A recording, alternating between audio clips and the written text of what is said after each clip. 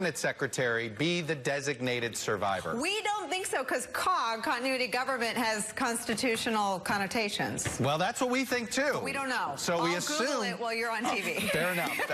I'm glad to know we all think alike on that one. I'll text you. Very good. Thank you, Nicole.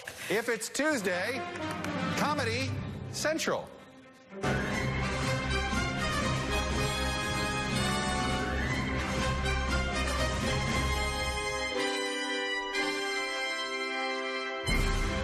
Good evening, I'm Chuck Todd here in New York, and welcome to MTP Daily. Millions of people are going to watch tonight's State of the Union, which is shaping up to be a night of absurdist theater.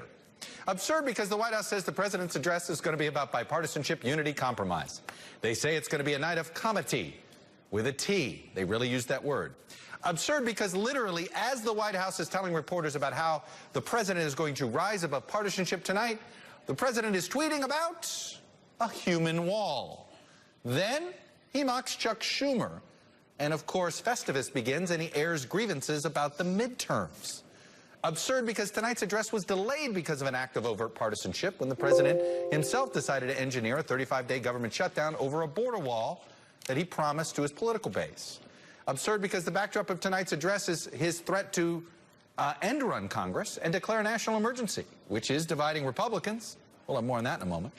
The White House also says President Trump is going to call on Congress to reject the politics of resistance and retribution tonight.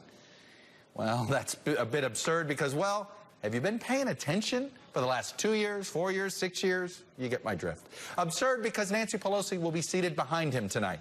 A constant reminder of his failed midterm message that Pelosi was leading a party of crime-abetting arsonists.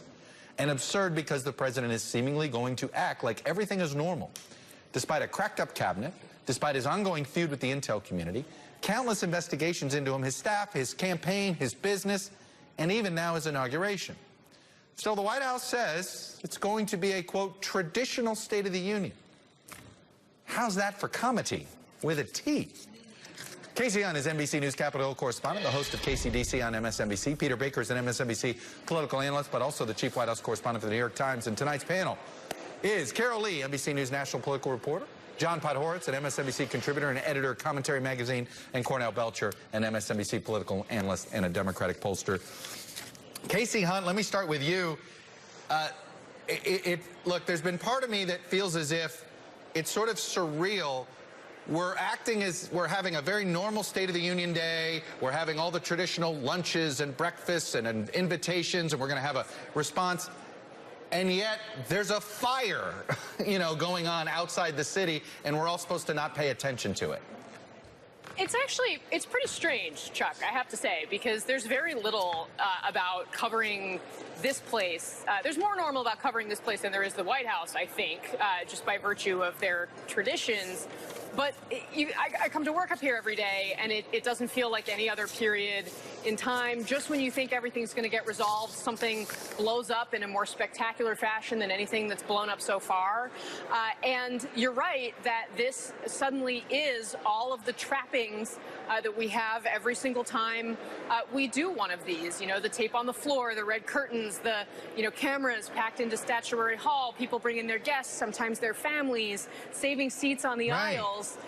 You're right that it suddenly here we are surrounded by the normalcies of what is this pomp and circumstance. And I think the President Trump, if he likes anything about governing, it's things like this, right? I mean, he enjoys kind of the gilded, the traditions, like all of the things that make him feel like he's at the center of attention here.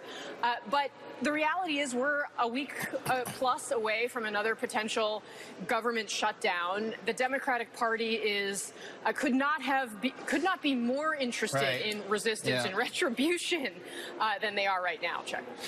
Peter Baker, it seems to me, what is the White House? It seems to me that it's as if the White House pulled off the instruction manual that says this is how you do a State of the Union. You promise bipartisanship, you do all these briefings, and you spend 72 hours doing it this way.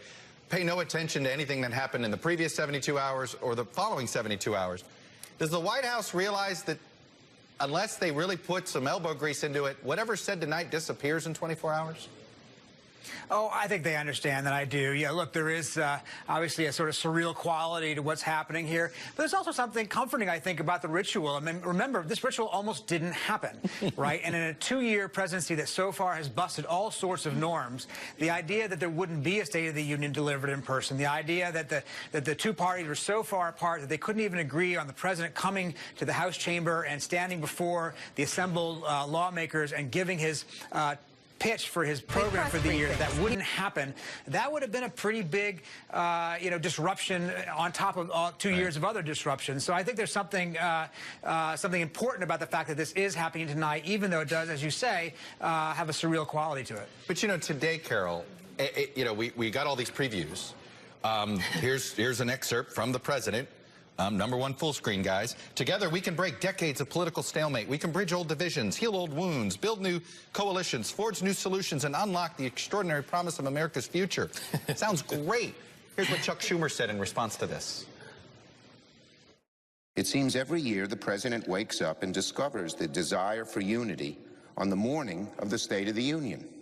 Then the president spends the other 364 days of the year dividing us and sowing a state of disunion. The blatant hypocrisy of this president calling for unity is that he is one of the chief reasons Americans feel so divided now. For what it's worth, we heard the sowing as well, too, instead of sowing. Of course, the president took that really well, as you guys can imagine.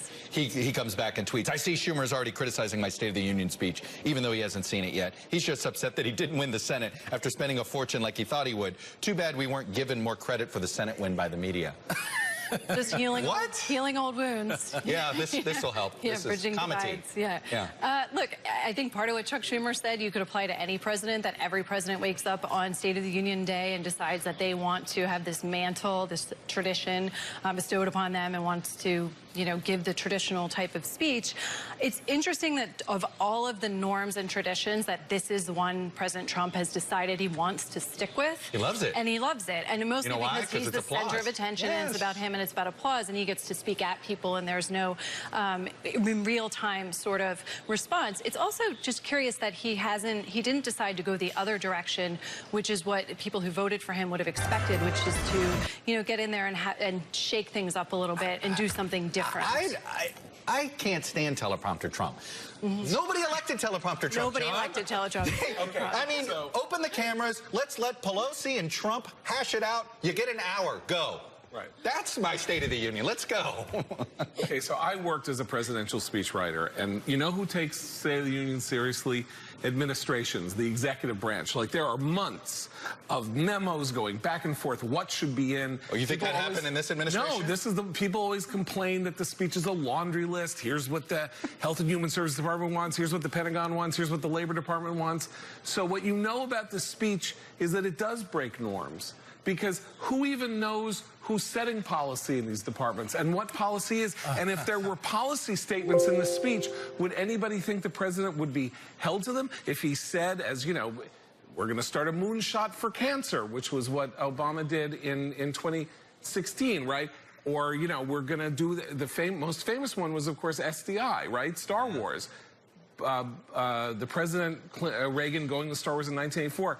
Nothing that comes out of his mouth is going to matter, and the administration is too fractured and leaderless for anybody inside it to think that this speech, one of the few speeches that the entire country watches, is going to have any policy implications. Cornell, obviously Democrats are going to be a bit cynical about this, but you can't show yourself to be too cynical. Like, what's this line? Like, there's a whole bunch of new Democrats there that said they were going to work with this president. So what is that cynicism line that Democrats have to be careful of? Well, a couple things. One is, first, when I saw that statement from his State of the Union, I could have sworn I saw that in one of Obama's statements about unity. What do you mean? The president himself, last year, I want to see our country united. The year before that, I look forward to what we can do to come together. Right. I mean, it's called State of the Union Speech 101. Right, it is State of the Union Speech 101. Look, but I think Democrats also have to be careful not to come across as too partisan. But look, look, the Democrats also hold all the cards. I mean, Gallup, 60% of Americans don't want this wall. What's the president's big thing? Build a wall. 60%, nearly 60% of Americans think the country's headed in the wrong direction. And you know what? Immigration is not the top economic concern for most people in this, and for most middle America. But it continues to be the focus of this president. I think the Democrats, from a policy standpoint, the Democrats, I think they have the policy advantage. The president can talk about unity, but it falls on deaf ears because we know the day after he talks about unity, he's going to attack someone. Casey Hunt, will we have an idea if the government is going to shut down again after tonight's speech? The point is, should we get a sense from the president which way he's headed on this deal tonight in the speech? I don't think that the members of Congress here are necessarily expecting to come away with something definitive unless perhaps he goes off script. You know, this is one of those things where everybody behind the scenes is trying desperately to convince the president not to light everything on fire over this again. I mean, even Mitch McConnell today, he came to the microphones and was asked, you know, is he trying to tell members of Congress, hey, put together a deal that we know the president's going to sign, or is he encouraging them to simply come up with a deal? And instead of saying, I'm not putting anything on the floor that the president won't sign, he said, look, we need a deal here. I would like to see them come up with a bipartisan negotiated agreement. And then, you know, I hope that the president decides to sign it. I mean, it was so far from a guarantee that there wouldn't be a shutdown. And I think the other piece of this possibly, you know, if the president really is in this mode where he's thinking about doing a traditional State of the Union, you're thinking about unity. Do you really want your headline to be, you know, President Trump vows another shutdown over the wall? So, but again, you know, we've seen him go off teleprompter before. As you point out, he not only seems to be more compelling off the teleprompter, but he also seems to enjoy it quite a bit more. So from that perspective, I mean, who knows? Peter Baker, your newspaper editorial board, which I know is distinct from the news side, but I thought they made a fascinating point today. By many measures, America is thriving, and yet polls show that 3 in 5 Americans think the country is on the wrong track. A majority expect things to get worse in the coming year. The president's job numbers are underwater. Congress is even more so. As President Trump prepares to deliver his delayed State of the Union address on Tuesday, he might want to ask himself why people are so unsettled. You know, we don't have an economic recession. We have a political recession, and frankly, we probably have a political depression at this point. We've been in a recession for a decade in politics. Now we might be in an actual depression. Does the White House realize how much they've botched their ability to sell what would have been, in a normal presidency, a layup? Yeah, I think you're right about the idea of a political recession. That's exactly right. The only presidents who came into their State of the Union address in recent times with numbers as low as President Trump were Ronald Reagan in 1983 when he was in the throes of a real recession. Actual economic recession, yeah. Actual economic, people are out of work. It was a bad time. And George W. Bush's last couple years when things were so bad with Iraq. Otherwise, you know, nobody's ever been at this kind of level in modern times that President Trump is. And I think that it is a larger phenomenon to which he has contributed. The larger phenomenon is it has been 3 presidents since we saw a majority of the country say the country was on the right track. In other words, since Bush's first term, the country has consistently said, most of the country has said, we don't believe the country's going in the right direction. That was through Bush's second term, all of Obama, and now so far half a term for Trump. He has not done anything to try to change that. That's not his strategy. He is not trying to build a larger coalition. He is trying to feed the coalition he already has. It's a minority coalition, but it's the one that got him there, and it's the one he thinks may get him there again in 2020. Bottom line, it hasn't been since 9/11 that the country's thought we were on the right track, believe it or not. Anyway, John, you have been chomping at the bit here. Well, I think what Peter reflects is State of the Unions and presidential speech making are about persuasion. They're about persuading depends on the numbers, 10 or 15 or 20% of people in the middle who don't really know how they stand. Well, you hope are watching tonight. Maybe they hope are watching. They may not be, but you hope they are. And you hope, and the idea is you make arguments and you make a case, and people go, well, he's the president. I guess he knows what he's talking about. We'll give it a shot, and then if he does it well, numbers of support for those sorts of things tend to go up. That is the purpose of presidential speech making. That is not, Trump seeks not to persuade at all. The only people he wants to persuade are the people who already agree with him. It's a very strange communication strategy. Can I rein even further on your parade real quickly? Is that historically... My parade. Am I giving this parade? Our parade. Oh. Even more here is that historically, you know, if you go back and look at Gallup over time, there's not 3 points of change overall between where a president is and where they end after this an approval. So they actually don't dramatically change the dynamics of your political trajectory one way or the other. And the other part is that historically, we're now seeing that more partisans are watching their president than we had in the past. If you're a Democrat, you get more Democrats watching, Republican, get more Republicans watching. So you're sort of speaking to your audience. That's what I'm curious about. Will there actually be any persuadables tonight? Because that is a phenomenon we've noticed. Literally, it is partisan audiences. But how do you persuade someone when you say one thing in one moment and then you tweet something else? The other? And I think part of the reason why people feel unsettled is because they don't know what this president is going to do. You're looking at, whether it's a trade war, there's a deadline coming up. What's going to happen there? Look at how he pulled out of Syria. Like he keeps people on their toes, and you can argue that that's beneficial in terms of some negotiations. But for regular Americans, that can be very unsettling, and that's part of why we're seeing this. Look, I'm sure for some people they're wondering, all of this pomp and circumstance for the State of the Union feels like the string quartet on the Titanic. Like, what are you doing? Well, it's for us. Why are you keep playing? But okay, keep playing. It sounds great. Good luck. Casey Hunt, Peter Baker, thank you both. Carol, John, Cornell, stick around. Coming up, how 2020 Democrats are sending a message to the president tonight. I'll ask someone who himself may be eyeing a possible bid. And we'll be in the chamber tonight with a special guest. That's next.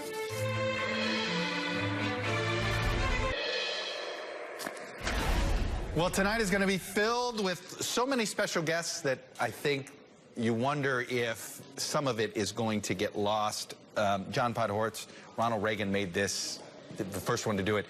Now, I don't think there's a member of Congress that isn't bringing in a guest. I mean, have we gotten to the point where it's no longer a useful exercise, or we've lost its usefulness? I think there's going to be a point in like 30 years where if you're one of the few Americans who hasn't been invited to the chamber to be at the State of the Union, you're going to be like, they're going to have to bring you in next year to be the last one. It is reaching sort of absurd levels. When Reagan did it in 1984 for Lenny Skutnik, who was the guy who jumped into the Potomac to save people from the plane crash, it was a startling thing. Now it would be better if they just didn't do it at all. That would be the startling thing, yes. Right, now it's literally like guests on Oprah. I mean, I know there's no Oprah show anymore, but it's sort of like, now that we don't have Oprah, here's the tear-jerking ordinary American. All right, let me bring in our guest. We had a little, it's a busy day in Capitol Hill, so I appreciate Senator Merkley giving us a few minutes here, Democrat from Oregon, and somebody who is still a potential presidential candidate. Senator Merkley, welcome to your State of the Union Day. Let me ask my first question to you this way. The president is supposedly going to make this call for some sort of working together, bipartisanship. How obligated do you feel to at least take him at his word tonight and give him the benefit of the doubt tonight, or do you think it's too late? Well, it's never too late. If the president turns over a new leaf, if he becomes sincerely interested in the future of our country, if he abandons his intense effort to divide Americans against Americans, if he wants to have a bipartisan plan on immigration, on infrastructure, on lowering drug prices, I'm certainly ready and willing to listen. So he could say something to you tonight that would be like, you know what, I'm taking him at his word. That plan for bringing down prescription drug prices, the fact that he spent as much time as he did on it, I don't know if he will, but assuming he does that, do you come out tomorrow semi-enthusiastic about taking him at his word, or do you assume or do you look at it skeptically and think, I want to see a little bit more before I trust him? Well, I do want to see more because we have heard him talk about lowering drug prices before, and he never put forward a serious plan to do so. I would invite him to look at my bill for lowering drug prices, which says you can't gouge Americans anymore. You can't charge them more than the median price in Canada, Japan, and major European countries. I'd like to see him really say we're going to tackle this. Let's talk about what he could or could not say about immigration, the issue of border security, his call for a wall. You have, since the government reopened, you have said, look, if there is a case for new barriers, you're open to that. How should the president take that comment from someone like you, that if you're saying, okay, make your case for some new barriers, I'll listen? Should he see that as you moving? I've been down to the press border, briefings. People and likely border not guards have mention. said there are some places that it would be helpful to have a vehicle barrier or a fence. They have said they do not need a wall. They do not want something they can't see through. They don't need a 4th century 30-foot wall for a 21st century challenge. Sensors would be useful. More border guards would be useful. All the Democrats have supported border security, but not the wasting of our taxpayers' money, and not a wall that the president has turned into a racist symbol of division. So can you still work with him, though, if he accedes to some barriers, even though he may tell his supporters it's a wall? Or because of the rhetoric, it makes it harder to cut that deal? Do you see where I'm getting at? You may agree on some semantics, but he may sell it in that way you just described to me that you didn't like. Well, I'll look at the substance of what we're talking about. Sometimes the art of a deal is that people will describe it in different ways, but I think people will look to the reality of what actually is being funded. And so if that is satisfactory, then that's fine. Again, border security, smart border security. But I would like to see us go much further. I'd like to see the president say in 2013 we had a bipartisan bill, supermajority in the Senate. We addressed most of the major issues regarding people overstaying visas and increasing the number of visas where needed for agricultural economy, high-tech economy. We really worked to say, let's end the broken immigration system. And if the president came out and said, you know, I'm tired of this partisan politics, I want to actually fix the immigration system instead of preserving a broken system for politics, it's a conversation to have. What's Stacey Abrams' job tonight, in your opinion? What do you hope viewers learn from Stacey Abrams tonight about the Democratic Party? I think she's going to lay out a very positive vision for the future where we address the fundamentals for families to thrive on health care, on housing, on education, on infrastructure and living wage jobs. I'm hoping she will also say we have got to work to take on the corruption of our Constitution through gerrymandering, the voter suppression, the dark money that is destroying we the people government. Democrats want and believe in our Constitution, our we the people government. But we have government buy-in for the powerful, the 0.1% right now, the Trumps of the world. We want government for the people. You have been a co-sponsor of Bernie Sanders' Medicare for All bill. There is a bit of a debate that is popping up in the Democratic Party. It's going to be a big part of the presidential primary, I think, and a healthy debate inside the party. You may participate in that. You may not. You haven't decided yet. Medicare for All, aspirational goal, realistic goal. Is the party overselling it, or do you think it's something the next president really can make happen? I think it is a vision that if we build enough of a movement towards it, it can happen. What we know is that our current system is twice as expensive as that of other developed countries and is producing far worse results in medical terms and enormous stress for the American people. So maybe we can't take that leap all at once, but if we don't lay out the vision, how will we take any steps at all out of our current expensive corporate profit system that is expensive and stressful and could be so much better? So it sounds like you think maybe in the meantime, you add on to what we have before you go all the way? Well, I'd like to see us build the momentum to enable every American to have the opportunity to participate in Medicare for All. I know this is what I've presented is not only supported Bernie's bill, but laid out a Choose Medicare bill where every American could say, yes, I have the choice of participating in Medicare. And once I do, I can carry it with me the rest of my life and get rid of the broken system we have right now. That would be an enormous step in that direction. You are still considered a potential candidate. You had said you were going to make a decision in November. You backed off. You keep asking for more time. What's missing in this field that you're waiting to see before you decide? I want to see a field that is committed to three of the most difficult issues we face. One is restoring we the people democracy, which I just spoke to. Yep. A second is rebuilding the foundations for thriving families, the health care, the housing, the education, the living wage jobs. And the third is taking on carbon pollution and climate chaos, which we cannot wait for the next generation to tackle. So if you don't think a candidate's doing that, you're jumping in. That's your mindset? That's about what it boils down to. Fair enough. Senator Jeff Merkley, Democrat from Oregon. We'll be watching. Thanks very much. Thank you very much. State of chaos. Virginia Democrats are making things difficult.